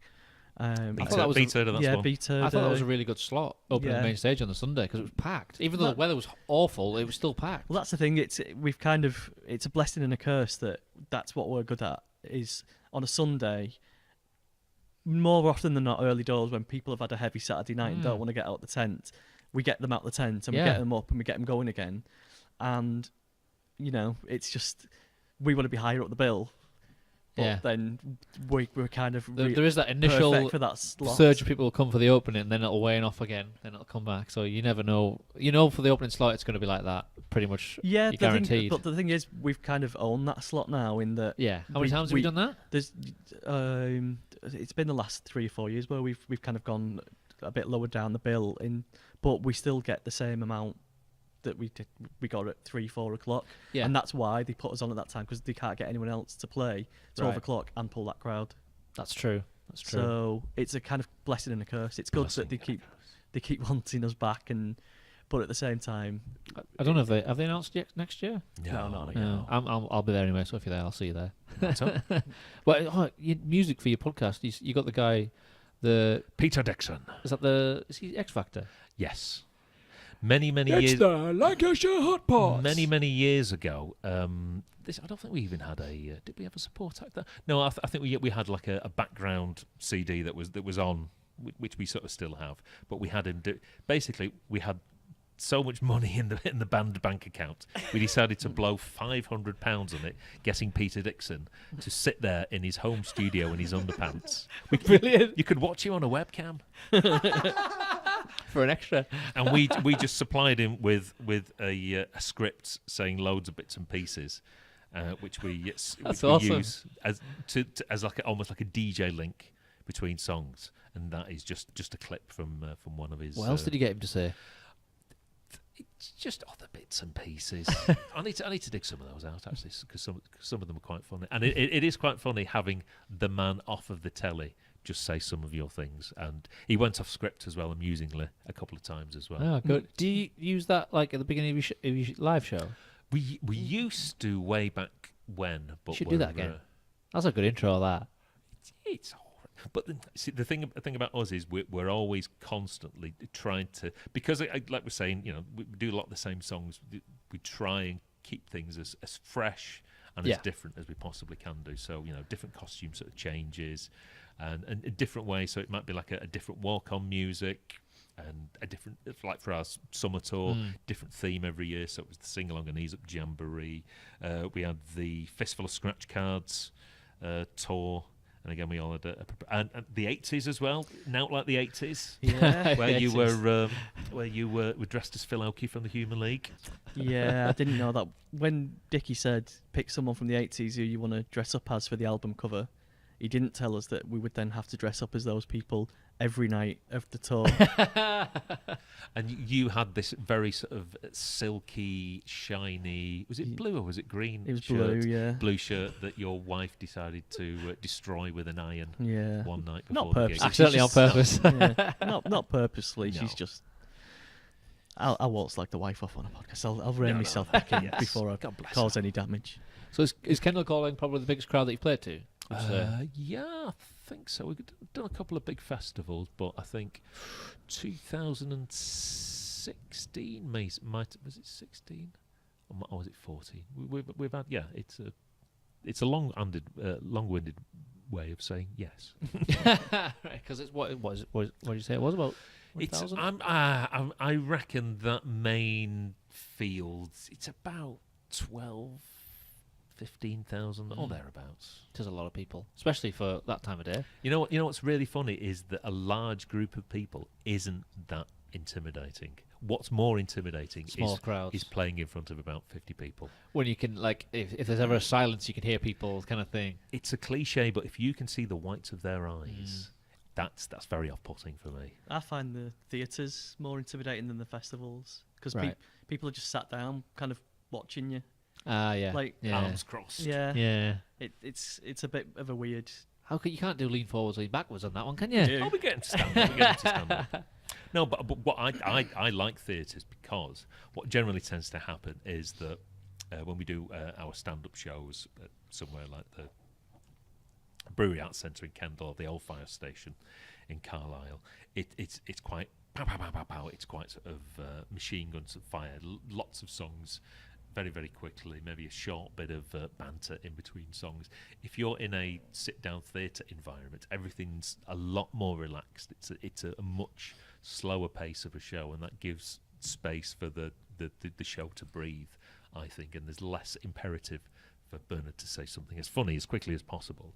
And Different pace. It's a whole different pace, and what that means is if the show's got a bit of space to breathe, obviously a lot of what we say in terms of the chat that we have between the members of the band, it becomes a lot more fluid, and it's a freer environment for somebody to say something, and then maybe someone will inspire to make a joke after. Yeah, because you all have the ability to talk to each other throughout Except the whole. me. No microphone for the drummer. No microphone for the drummer. I'm not funny and I can't sing. And it's debatable whether I can play the drums. So I'm lucky to be here, to be honest. But obviously that allows you all to have and on-stage banter. the shows are I think a lot more relaxed, and if there's less of an imperative to say something funny, move on to the next song, and what tends to happen is that I think the show can be a little bit more funnier in that respect when it's at a much more sort of relaxed pace. It brings out the banter. That's almost like some sort of Bisto. Brings out the banter. It's almost like it can be a different audience as well. You get a different audience coming to theatres, kind of sit down gigs than you do, and younger. Yeah, you probably have a wide range of fans then, I suppose. Were you typical where we profiled the Hot Pot fan before? That's that type of Hot Pot fan is probably more likely to go to a standing gig. Yeah, more traditional one. But we do have a lot of older people and kind of children as well who want to come to the gigs, and that environment isn't necessarily for them. But the theatre gigs work. The one you did at Morecambe, was it? Yes. Well, that was the lean forwards, the backwards one, video. yes. That was. You could see in the audience there's a lot more old people there. It Yeah, looked like and on the that's video. fine because you do tend to think that They thought it was like aerobics. For oldies. You tend to think that oldies might be fuddy-duddies, but they were all young once. Yeah. That's it. You find that the widest age Pull that up. range that we've had, I think, at a gig was in Barrow-in-Furness a couple of years back. The audience age ranged from 4 to 94. Wow. Because That's I know some kind of because record. the 94-year-old chap, his carer, came up to me at the end of the show, and she said he absolutely loved that. And That's nice. That's strange for somebody who does like main stage Kendal Calling Yeah. to be playing to 94-year-old blokes and them still have a really good time. So what was the Morecambe gig? Was it the platform? Did you Morecambe platform, yes. Have you played there a few times or? Twice. Because it's quite a good venue. Yes, it's very odd in that because it's an old converted railway platform, but they've got like a glass roof, and it's the only show that we do whereby Starts off light. the first half is light, and it's got natural light coming in the That'd be ceiling. weird. And by the time we do the second half, it's all completely dark. So it's like a two-tone show.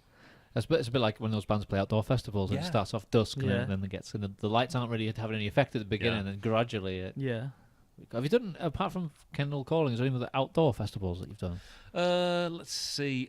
We've done Glastonbury twice, although those were intense. Because it's a different kind of, that's a different thing altogether, isn't it? A different atmosphere outside versus the indoor, I find.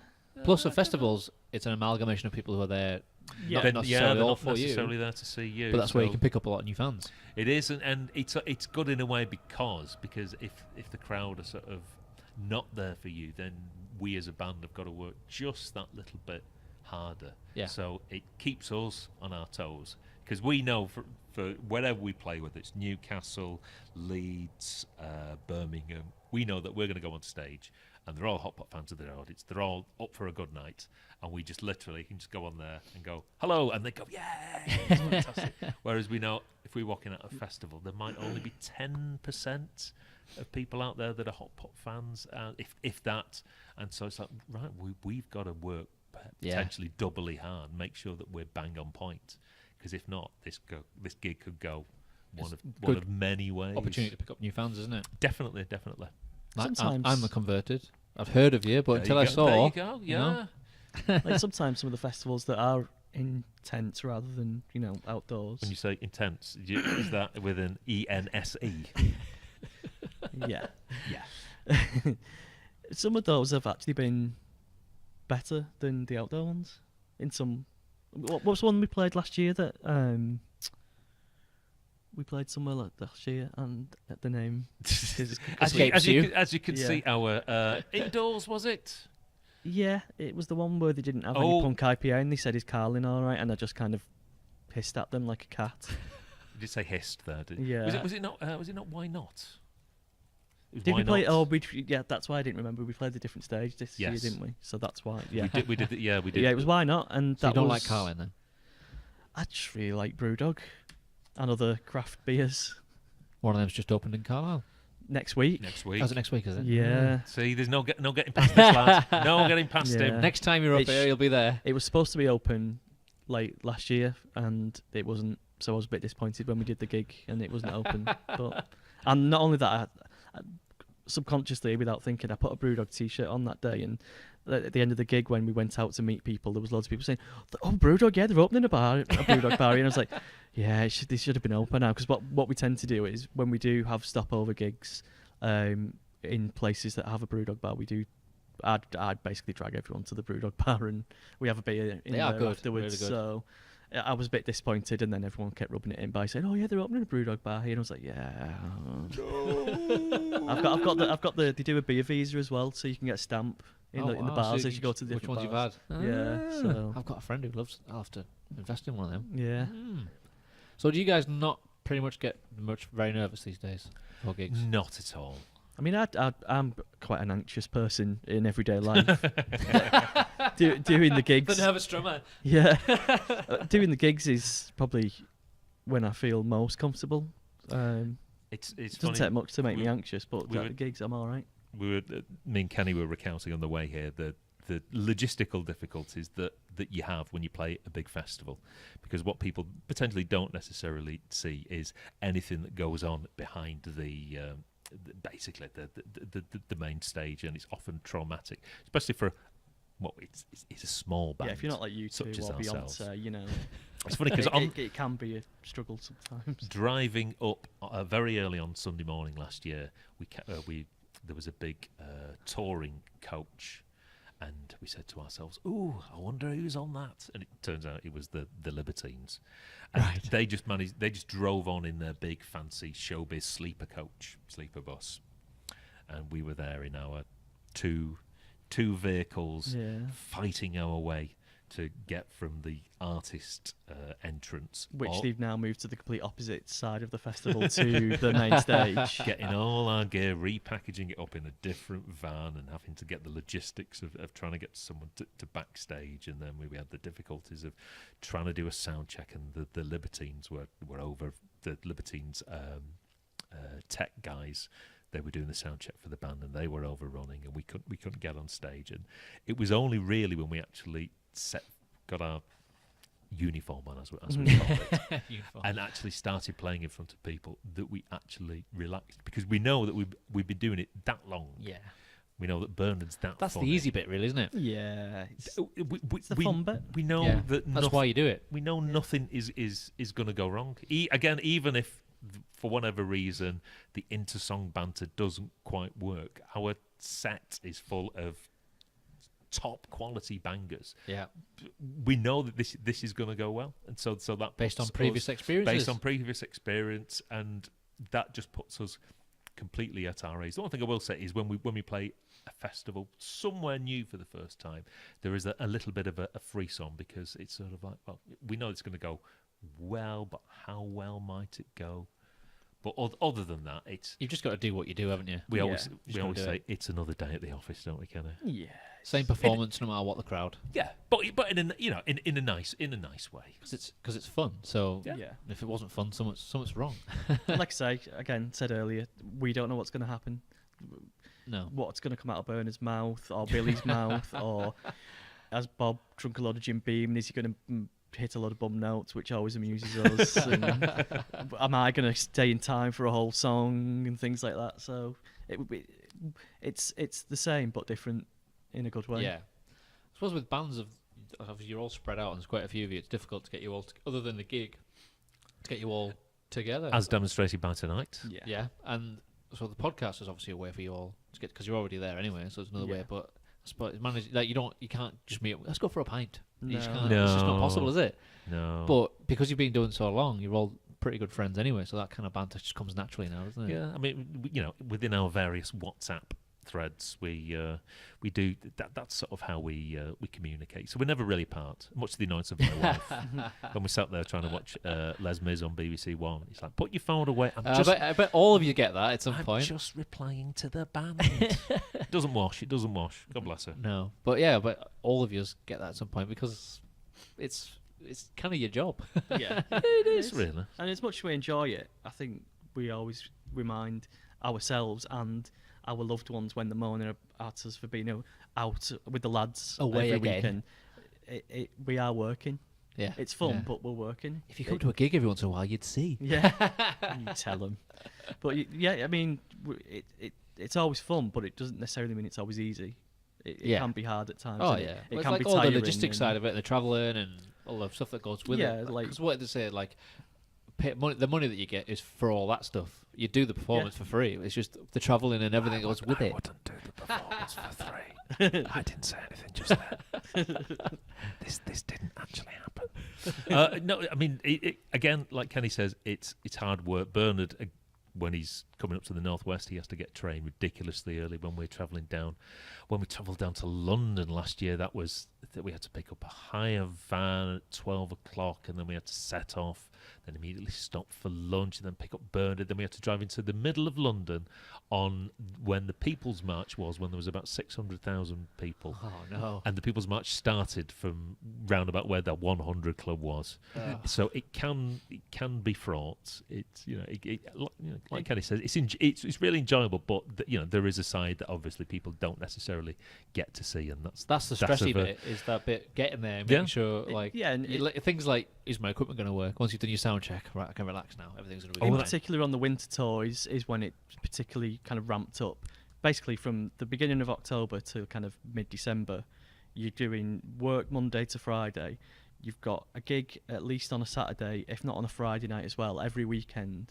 So from October to Christmas, you pretty much, you don't see your family very much. Your friends ask you to do things and you can't really do anything. So you don't see your friends for like 4 months or whatever. Yeah. So it is back to back. Beginning of October, work gig, and a lot of travelling, whether it's Milton Keynes, Birmingham, London, Newcastle. So it is pretty much non-stop. It's tiring, and it does kind of have an impact on takes out of you, doesn't it? On your social life as well. Yeah. So it is a job, but it's fun, and we get to see each other. So we might not see our other friends, but we get to see each other, and that's reward in itself. Yeah, pros and cons. You've just reminded me actually, Kenny. Note to band. We'll put this in the band WhatsApp thread as soon as we leave here. You were mentioning, Mark, about equipment not working. Remember, Bob's keyboard didn't work in Carlisle, and he won't have looked at that. Was that just recently? Yes, the last gig of the tour, his bass synth wasn't working, and he'll have forgotten all about that. And what would happen is, if I hadn't mentioned that, he would have rocked up at the first gig of the year going, I forgot this keyboard didn't work. So now at least it's documented. On the way home, we can at least remind him that he needs to, I think he just needs a new power adapter. This is coming out on Monday, so there you go. Note to Bob, check that keyboard. We'll put it in the show notes. We need to swap our suit bags because I've got Bob's suit at my house, which I assume means he's got my suit at his house. Band meeting, band logistics. Yeah. Oh, we need to have a chat about drum stands as well. Yeah. Oh, it's all going on here, isn't it? You need some new drum I need stands. a couple of new. I'd like a new drum kit, but he's What? I'll never get that past No, him. sacrilege. No. That's Because the too much drummer's money. always the one who's got like the majority of the big equipment anyway. Yeah. Yeah. Takes up most of the space. I've got a cracked hoop. Oh no! I'll get you some super glue from Wilco's. Make do and mend, Kenny. I know. We're in the age of austerity. So if people wanted to look you guys up, what's your socials? Don't bother. You can, look, If you search for Lancashire Hotpots, strangely enough, we come up with the first that's good. answer. In fact, I think if you type in Hotpots on Google with the first answer. not recipes and stuff. And No. I think we are the de facto Lancashire Hotpots. How amazing a Lancashire is Hot that? Pot is a band, not a food. Yes. It's Yeah, at the yeah, you are. Hotpots on Twitter. At the Hotpots isn't it? on Twitter. I've just tried it. You are. See? LancashireHotpots.net. First result. That's us. There you go. That's the I website. just typed in hotpots. There you go. Ka-ching. Excellent. Wunderbar. Oh, Winner. could you put the which one was it? One of the Kendall Calling ones. Was it? Or was it the Um, Morecambe one? I thought Yeah, you go said. on. Put that one on. Pull Okay. it up. It's here. Lean Oh, forward. yeah. Lean forward, lean. You don't know this one, do you, Tek? Here we go then. Hey! Hey!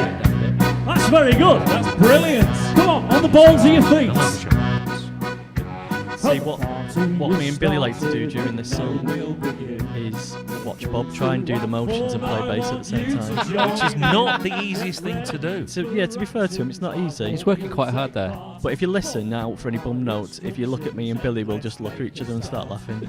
But possibly on this one, I think this one was one of the ones where he did quite well. See, there's a very actually there's a lot of old people there. Oh, Isn't there? that guy there struggling. He went the wrong way. Plus, as well, the thing I have to mention is that we go in the opposite direction in terms of the right. Yeah, because you're like a and mirror. left. Yeah, that can be doubly difficult.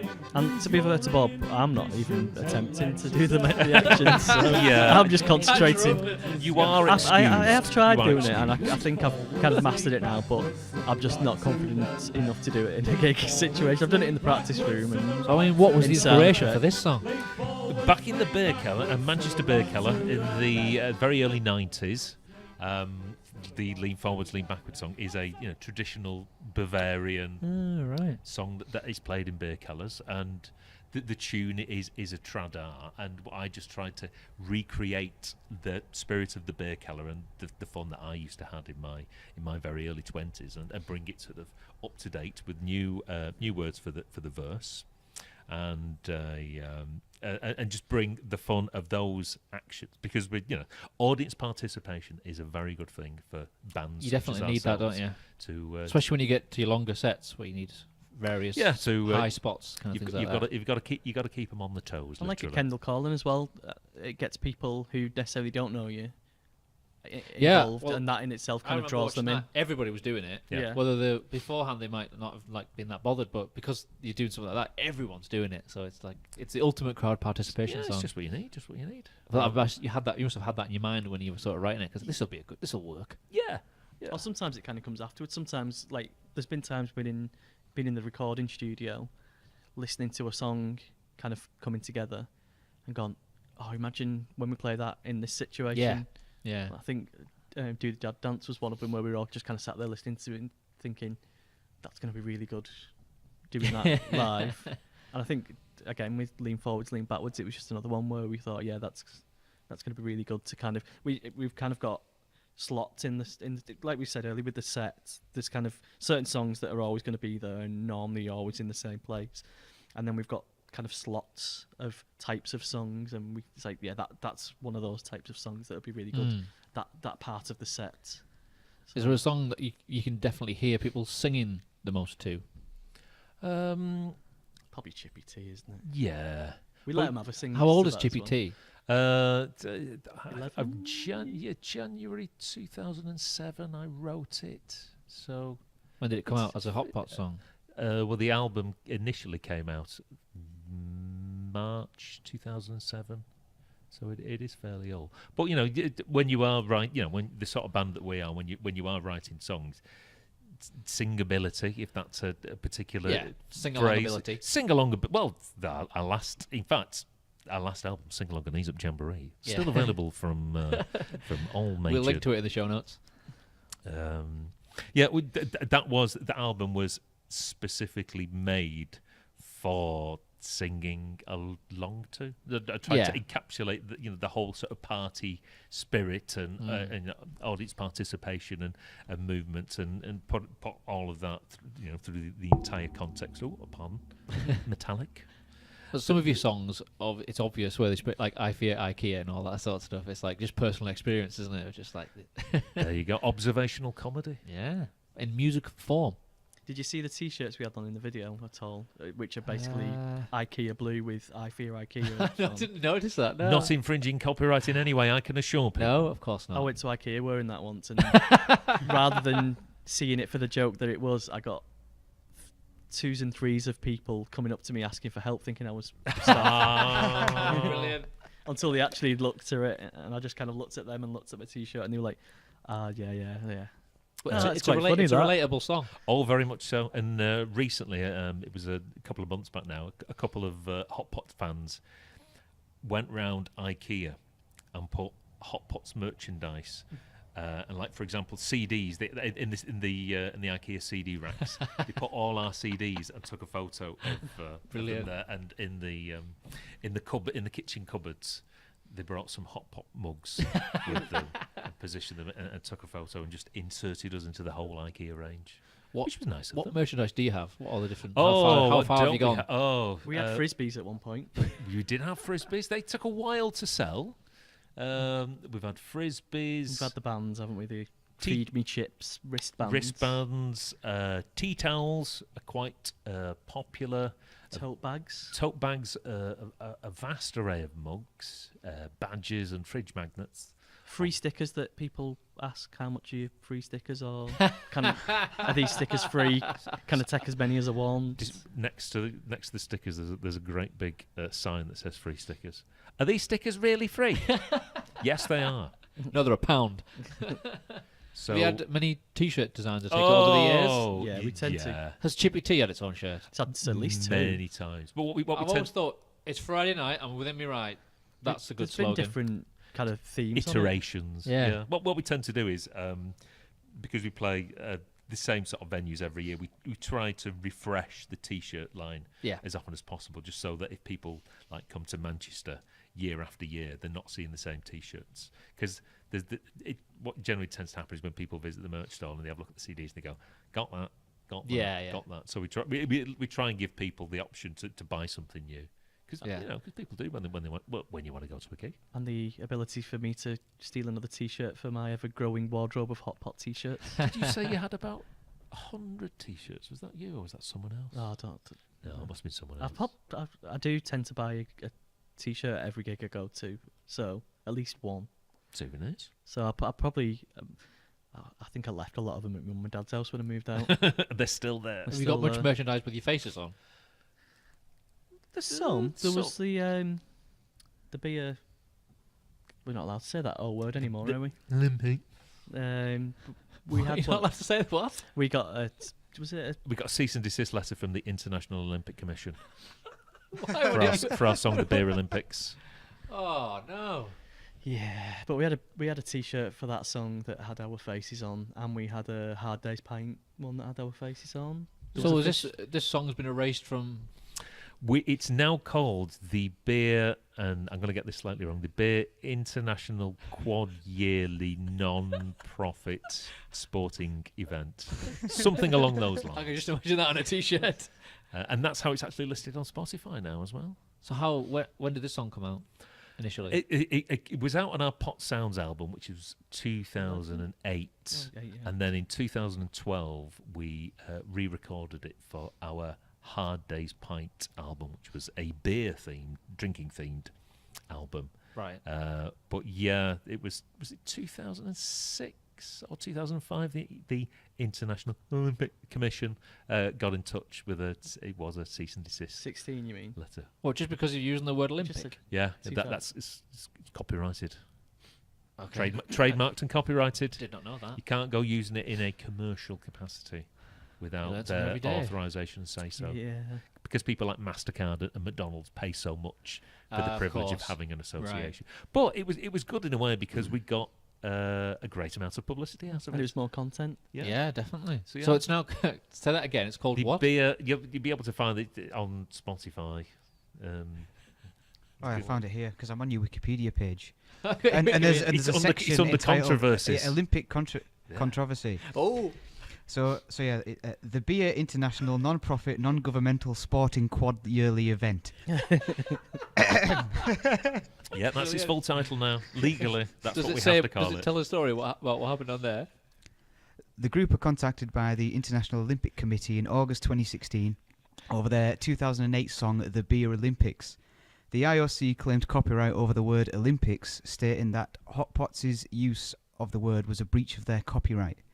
To avoid further problems, the band subsequently retitled the song that. I'm about to read that out again. That is brilliant. It's catchy as well, isn't it? It's very catchy. I mean, the only person who could possibly now sing the song with that many words in the lyrics is James Dean Bradfield from the My Manic Street Street Preachers. Yes.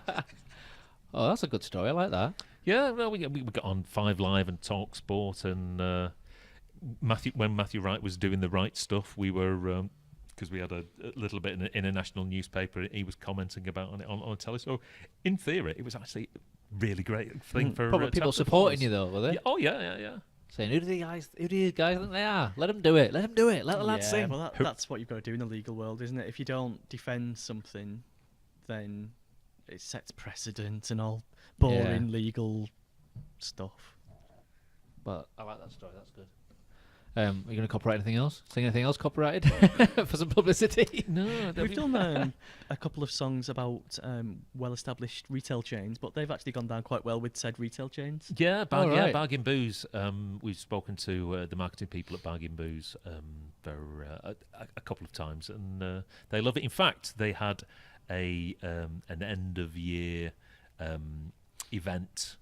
It was about Octoberish last year, and we recorded a couple of songs specifically for them for Play Out. All right. Their company big team get together, so that, That's yeah, good. they don't mind. Did They don't mind. Poundland like? And Poundland have not sued us over our song "I'm Going to Poundland," so you can't argue with that. So did you think about that when you were writing it then and putting it out? Or Just think what's funny, don't you? Yeah, IKEA haven't been in touch, no. so that's all right so far. that's a point. Yeah. I mean, I don't know what we'd call it if we had to change IKEA or IKEA. IKEA, Swedish furniture, Swedish flat pack. Yeah. Swedish furniture flat pack nightmares. Yeah, if we could get I was going to say fingered by IKEA, but I don't. Maybe I won't. Maybe I'll retract that particular statement. Anything You've got Audacity, you'll be able to edit that out. Anytime you use a word like that, you'll have to think of an alternative just in case. It's a really long-winded alternative that's still funny.